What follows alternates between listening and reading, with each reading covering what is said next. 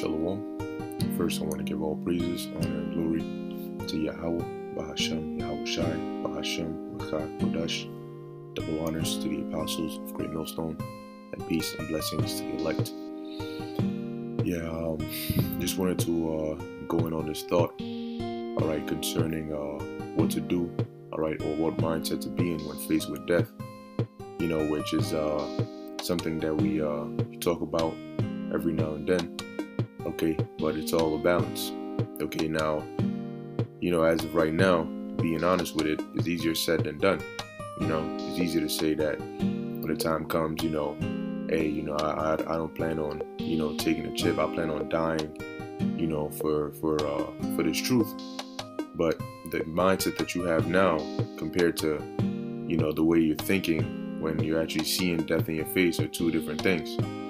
Now, going into, the times that we're coming into where death could come from any angle, you want to make sure concerning these mandates that they're going to bring, your best bet is to make a decision now, make a stance now. Because like I've said before, it's easier to stand by something you've said than to make a decision in the heat of the moment. Because as of right now, you're able to really weigh things, and make that correct decision, and then you stand by it and reinforce that, when the time comes. But if you say, I don't know, I'll wait till it happens, guess what? When you're in the face of death or pain or suffering or fear, you're not going to be able to weigh things evenly.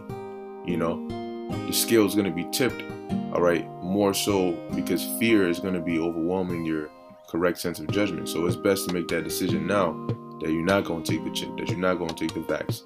You stand by it. Now, going back to the topic at hand, I'm going to go through this chapter here to give us, some encouragement and some exhortation, as to the kind of mindset we should carry.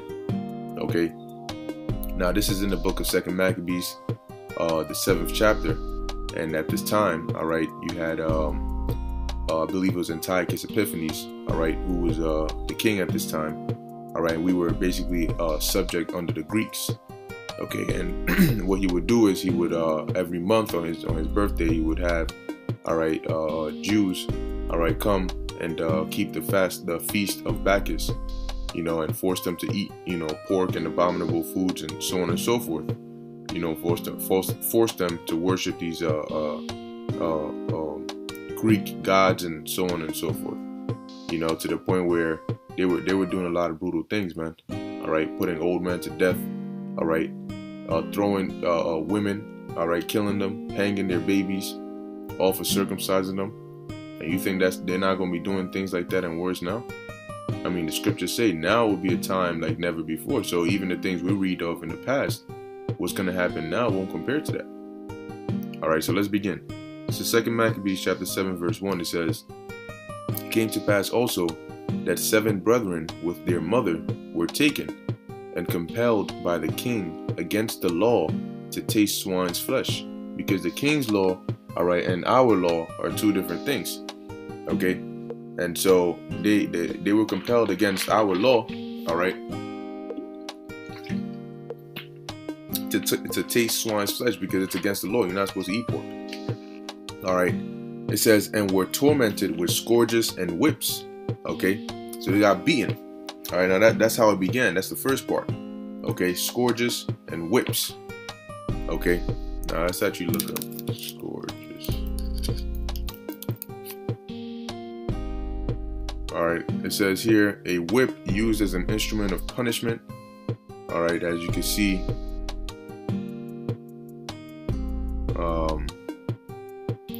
let's look up images.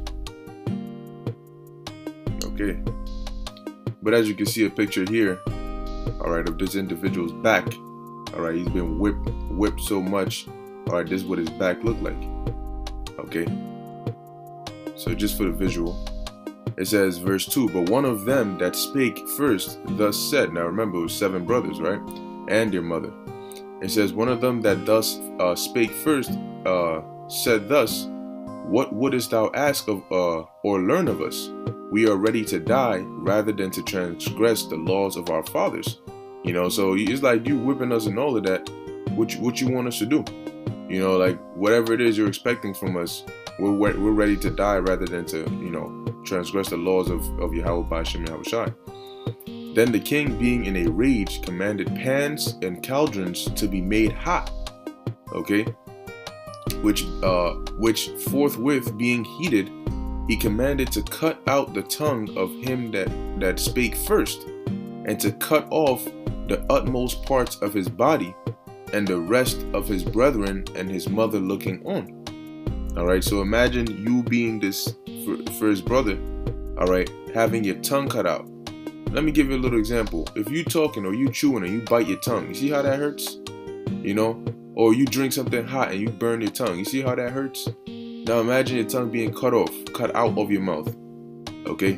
And then your utmost parts of your body, your limbs, your fingers, your toes, okay, being cut off. And now imagine you being the mother or the brother, all right, watching your brother go through that, knowing that you about to go next. It says, now when he was thus maimed in all his members, he commanded him, being yet alive, to be brought to the fire and to be fried in the pan. So they had to have had, like, a large human-sized pan or something like that. All right, man, imagine that, being fried in a giant pan. It says, and as the vapor of the pan was for a good space dispersed, they exhorted one another with the mother to die manfully, saying thus. So he basically fried them to death. It says, man, these devils, man, they're gonna pay, man. It says, the Lord power looking upon us, and in truth hath comfort in us, as Moses in his song, which witnessed to their faces, declaring, saying, and he declared, saying, and he shall be comforted in his servants. All right. So what? They were exhorting each other. All right, exhorting their mother as well. Okay. That, look, we got to go through this, but remember, man, that the Most High is witnessing all this. All right. He's witnessing how far we're willing to go for him. It says, so when the first was dead after this number, they brought the second to make him a mocking stock. And when they had pulled off the skin of his hair, so they basically scalped him, all right, pulled the hair off of his head. Now, this is, we're reading it and it sounds fast, but this is over a period of time. This isn't just a quick 2-second process, okay? Imagine your hair being pulled, all right, out of your scalp, okay? Not cut, pulled. It says, they asked him, wilt thou eat before thou be punished throughout every member of thy body? And this was all, part psyop to try and, put fear in them, all right, so that they can break. But understand that the average individual wouldn't be able to stand this strong. The reason these brothers and their mother were able to stand so strong is because they had the spirit on them. Same reason Yahushua was able to stand so strong in his hour of temptation as he went through his beating and suffering, is because the Lord had put a strong spirit on him to endure. Okay? And we're going to need that same spirit. See, when the Lord said he's going to keep us in the hour of temptation, that means that he's going to give us a spirit to be able to go through things that we otherwise wouldn't be able to go through. So what the Lord did was, in this sense, he kept these brothers and their mother in this hour of their temptation. All right. Now, they still went through it, but he gave them the strength to be able to go through it. It says, verse 8, but he answered in his own language and said, no, all right, more than likely, which he was speaking Hebrew, all right, la'ah, or no, wherefore he also received the next torment in order, as the former did. And when he was at last gasped, he said, thou like a fury takest us out of this present life, but the King of the world shall raise us up, who have died for his laws unto everlasting life. So what's that about? That's reincarnation. Okay, so they understood reincarnation, and that, guess what? Even that comforted him. The thought of reincarnation is a comforting thought as well. So you got these people trying to teach against it and all that. Well, guess what? there's some scriptures where people understood that, hey, we're gonna be able to come back. The Lord's gonna bring us back at the end, all right, for everlasting life. So whatever we got to go through now is worth it. It says, after him was a third made a mocking stock, and when he was required, he put out his tongue, and that right soon, holding forth his hands manfully, because he already knew the process, and said courageously, these I had from heaven, and for his laws I despised them, and from him I hope to receive them again. So he said, look, man, you could cut out this tongue, you could cut these hands off, man. It was given from the Lord anyway, okay? And I'm going to receive them from him again. Verse 12, and so much that the king and they that were with him marveled at the young man's courage, for that he nothing regarded the pains. Okay? Now, if you really process it in your mind, pain is something that you're gonna feel regardless. Okay, pain, it's not that pain is something you're gonna feel, and your body has a natural reaction to pain. But the Lord can override your body with your spirit. Okay, for example, when you're able to, for example, how you think some of the men of old were able to fast for so long? Okay, under normal circumstances, your body would give out. Okay, but when your spirit overrides your body, your spirit is in control to where you don't even feel the whims and the attributes of the flesh. All you feel is just being locked into the spirit. So it's sort of like a numbness. That's why you're able to go days without eating, all right, and you're still fine. You know? And that also helps with pain. You can use Stephen as an example. See, as Stephen was getting stoned to death, you wonder why he wasn't complaining about the pain, why he was mainly focused on Yahushua. Is because his spirit had overridden the flesh. So pain, being an attribute of the flesh, wasn't really felt because he was locked into the spirit all the way. All right, same thing with these brothers. That's how he was able to receive his torments or tortures courageously, regarding nothing of the pains. All right, because his spirit was already in overdrive. Now, when this man was dead also, they tormented and mangled the fourth in like manner. So when he was ready to die, he thus said. Now, remember, this whole process is taking a toll on those that are left, because you're seeing your brothers go through this. Number one, they're your brothers, but number two, it's also supposed to be a fear tactic, you know, to where each brother that goes, the next gets more scared, or is supposed to get more scared, all right, in anticipation of how painful it's going to be, of what's going to happen to him, and blah, blah, blah, blah. But once again, because the spirit is strengthened not only their body, but it strengthened their mind. Okay, their desire for to please the Lord far surpassed their fleshly desire to live, all right, or to not feel pain. Okay, so it says, so when he was ready to die, he said thus, it is good being put to death by men, to look for hope from the Most High, to be raised up again by him. As for thee, thou shalt have no resurrection to life. Okay, now does that mean that Antiochus Epiphanes was not going to be reincarnated? No. All right, he is going to be reincarnated. But when you go into it, at the end of the day, when he comes back through his different incarnations, especially in this time period, all right, and we get his ass, man, he ain't gonna get, him and his whole race ain't gonna get that life that these heathens are gonna get, all right, after that 1,000-year period. They're just gonna be put in slavery for 1,000 years, and they're gonna be exterminated. So really, their quote unquote hope or inheritance, they ain't got nothing. It's destitute. All right. It says, afterward they brought the fifth also and mangled him. Then looked he unto the king and said, Thou hast power over men, thou art corruptible, thou doest what thou wilt, yet think not that our nation is forsaken of the Most High. All right, don't think the Most High is forsaking us, but abide a while and behold his great power, how he would torment thee and thy seed. And that was a prophecy. That was a prophecy, because Antiochus Epiphanes was tormented, okay, upon his death. The Lord had it to where, as he was riding back, okay, he got hit with a plague to where his body started to break down and decompose while he was alive. to where he had a horrible stench, and you had worms eating him from the inside out while he was still alive, going through all that pain. So that was really a prophecy that brother had made, because the Lord did torment Antiochus and his seed. Okay, it says, after him also they brought the 6, who being ready to die said, be not deceived without cause, for we suffer these things for ourselves, having sinned against our power. Therefore marvelous things are done unto us. And there's a precept for that. All right, I believe it's in the book of Micah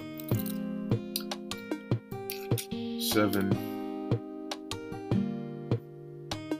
verse 9. It says, I will bear the indignation of the Lord, because I have sinned against him. Until he plead my cause and execute judgment for me, he will bring me forth to the light, and I shall behold his righteousness. See, so that's the mindset that these brethren were in.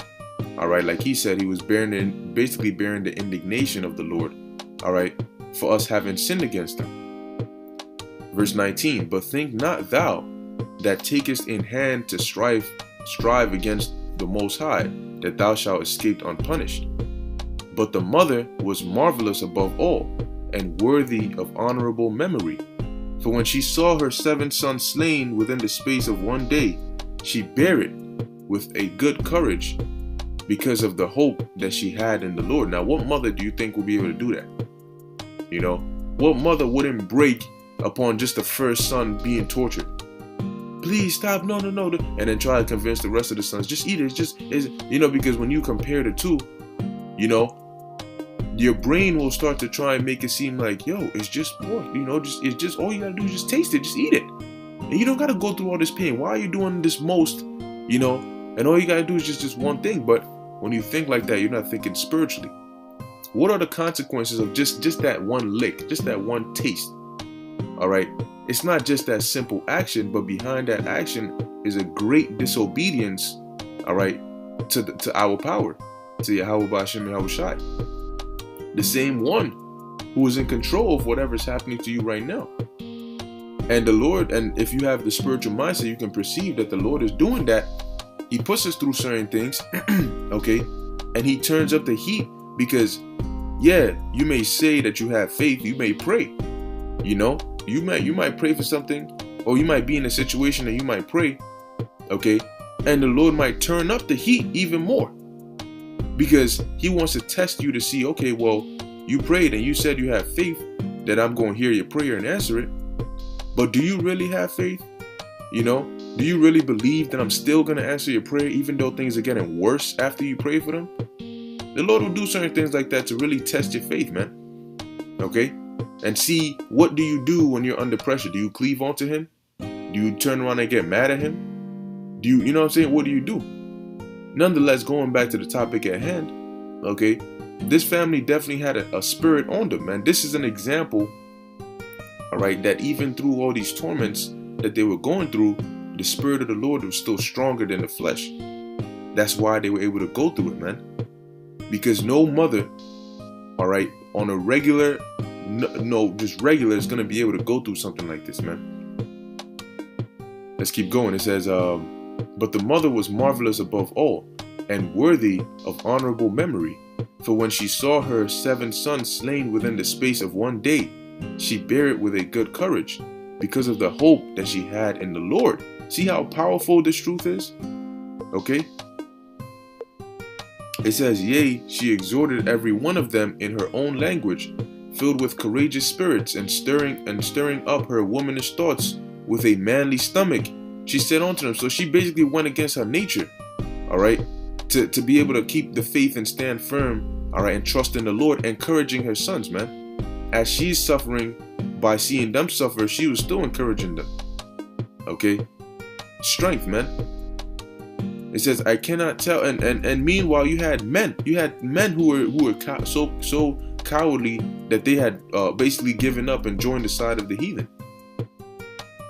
It says, I cannot tell how ye came into my womb, for I neither gave you breath nor life, neither was it I that formed the members of every one of you, but doubtless the Creator of the world, who formed the generation of man, and found out the beginning of all things. will also of his own mercy give you breath and life again, as ye now regard not your own selves for his law's sake. See, as the scriptures say, matter of fact, let's get that.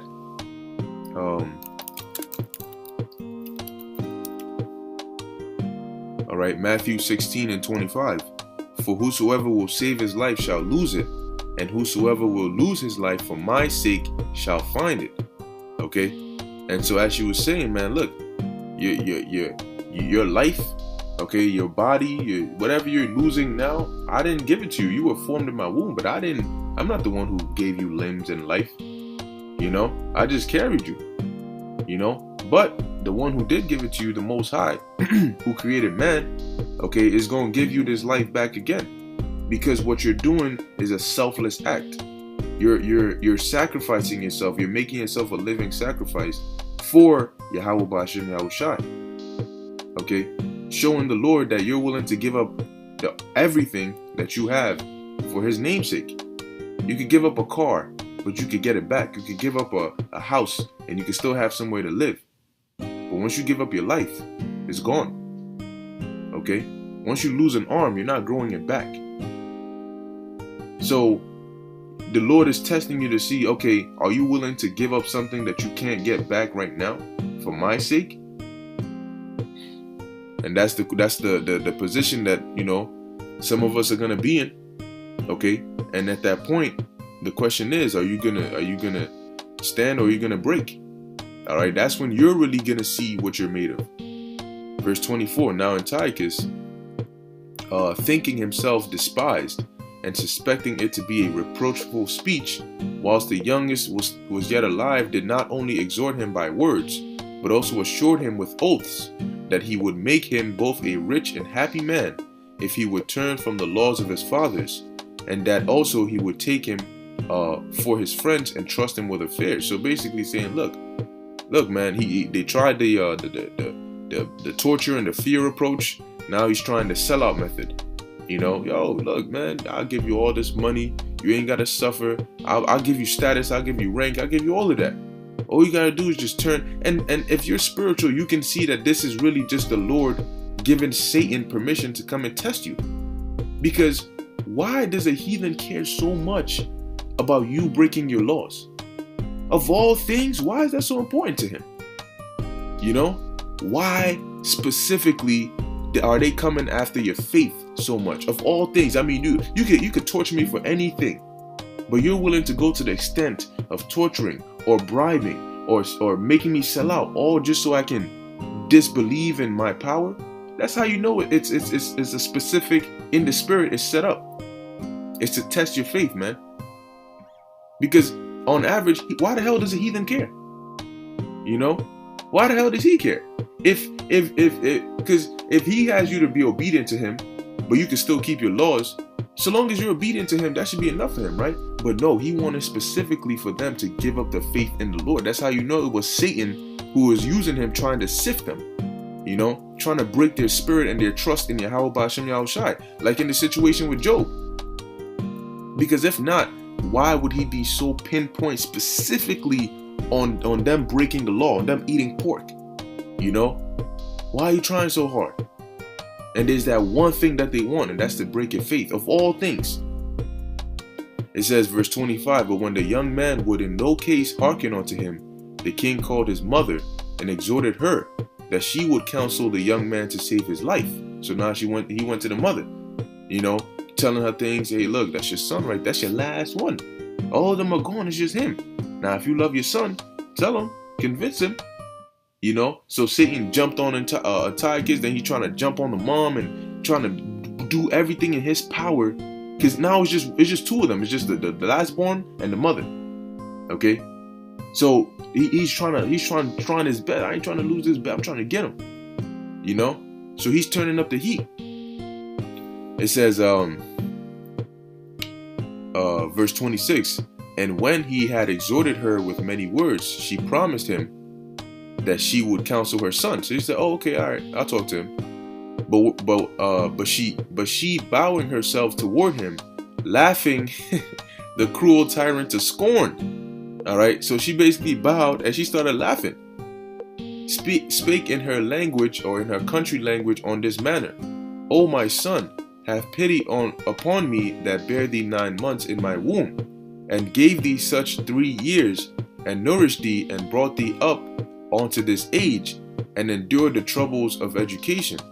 I beseech thee, my son, look upon the heaven and the earth and all that is therein, and consider that the Most High made them of the things that were not, and so was mankind made likewise. Fear not this tormentor, but being worthy of thy brethren, take thy death, that I may receive thee again in mercy with thy brethren. All right. So she wasn't going to discourage him, man. All right.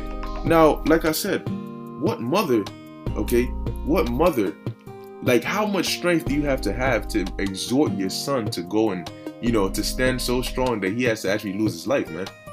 How painful you think it was for her to even say those words? But it was through what? The Spirit. It says, while she was yet speaking these words, the young man said, Whom wait ye for? I will not obey the king's commandment, but I will obey the commandment of the law that was given unto our fathers by Moses. So he said, what you waiting for? You know what I'm saying? Like, what, you got other plans or something? Because I'm not breaking the laws of my fathers. It says, and thou that hast been the author of all mischief against Hebrews shall not escape the hands of God. For we suffer because of our sins. And though the living Lord be angry with us a little while for our chastening and correction, yet shall he be at one again with his servants. But thou, O godless man, and of all other most wicked, be not lifted up with a cause, nor puffed up with uncertain hopes, lifting up thy hand against the servants of the Most High.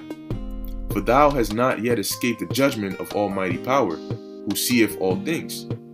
They were going through that not because Antiochus really had any power, but just because the Lord chose him to use as a vessel to punish Jake. All right? And it's the same thing that's going to happen now. Verse 36, for our brethren who have suffered a short pain are dead under the Most High's covenant of everlasting life. But thou, through the judgment of the Most High, shall receive just punishment for thy pride. See, basically he told him there's going to be a difference between the way we died and the way you're going to die. See, we died for a righteous cause and we're going to get blessed for that.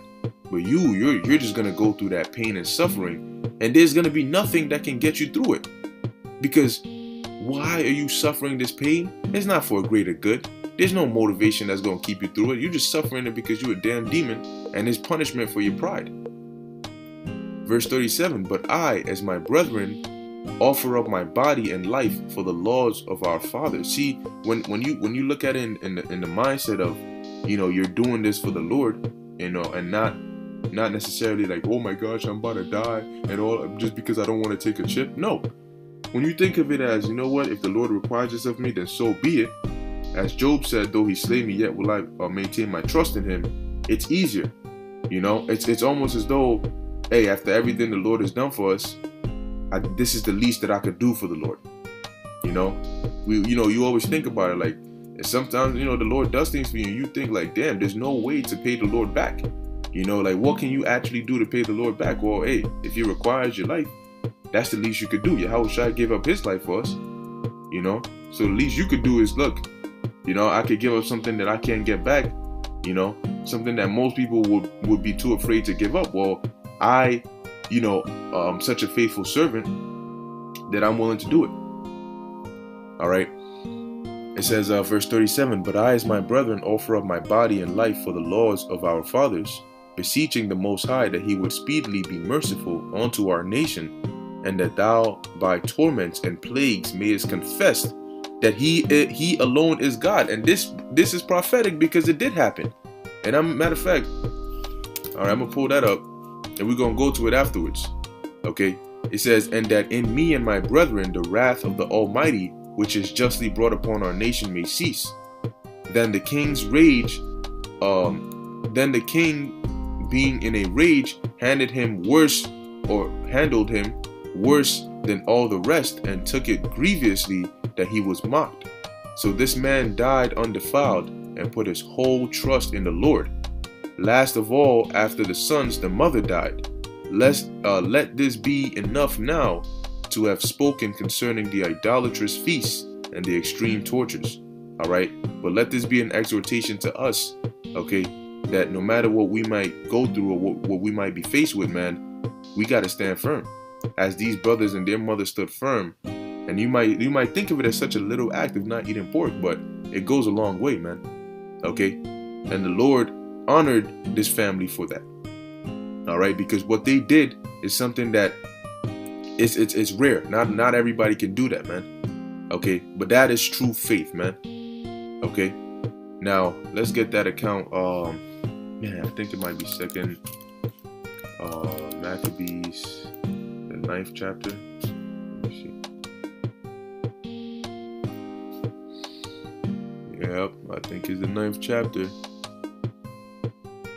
There it is. This is second Maccabees chapter 9, verse. I'll start at verse 1 and I jump down. It says, about the time came Antiochus with dishonor out of the country of Persia.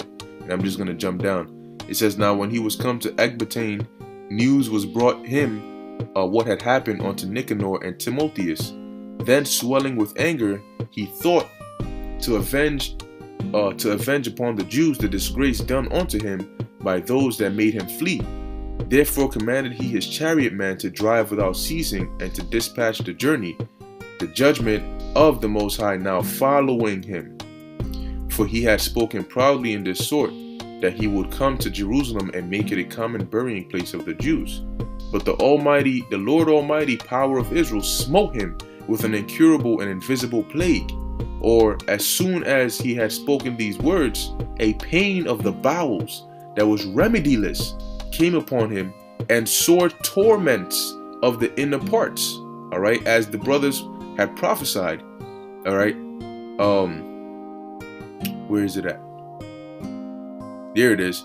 Verse 37, but I, as my brethren, offer up my body and life for the laws of our fathers, beseeching the Most High that he would speedily be merciful unto our nation, and thou by torments and plagues. All right, what did the Lord hit him with? All right, it says the Lord hit him with an incurable and invisible plague, and what? Remediless came upon him, and sore torments of the inner parts. And as the brother prophesied, mayest confess that he alone is God. So what happened? Let's keep reading. It says, and that most justly, for he had tormented other men's bowels with many strange torments. Okay, and now, I'm just going to jump down to the point. All right. Okay, it says here, and matter of fact, we'll read it. Howbeit, he nothing at all ceased from his bragging, but still was filled with pride, breathing out fire in his rage against the Jews, and commanding to haste the journey. But it came to pass that he fell down from his chariot, carried violently, so that having a sore fall, all the members of his body were much pained. And thus he that a little afore thought he might command the waves of the sea, so proud was he beyond the condition of man, and weigh the high mountains in a balance, was now cast on the ground and carried in a horse litter, shewing forth unto all the manifest power of the Most High. So that the worms rose out of the body of this wicked man, and whilst he lived in sorrow and pain, his flesh fell away, and the filthiness of his smell was noisome to all his army. Oh, disgusting. And the man that thought a little afore he could reach to the stars of heaven, no man could endure to carry for his intolerable stink. So he thought he had gotten away with it, but no, man, you ain't gonna touch the Lord's servants and just get away with it. But let's jump down to the part where he acknowledges, all right, that the Most High alone, all right, is oh,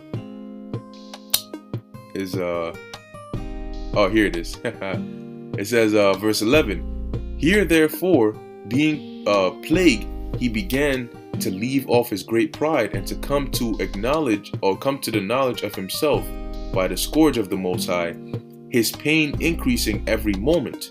And when he himself could not abide his own smell, he said these words, it is meet to be subject unto the Most High, and that a man that is mortal should not proudly think of himself as if he were God. This wicked person vowed also unto the Lord who now no more would have mercy upon him, saying thus. All right, basically going into how he would, set the holy, he would basically like do well unto Jerusalem. All right, but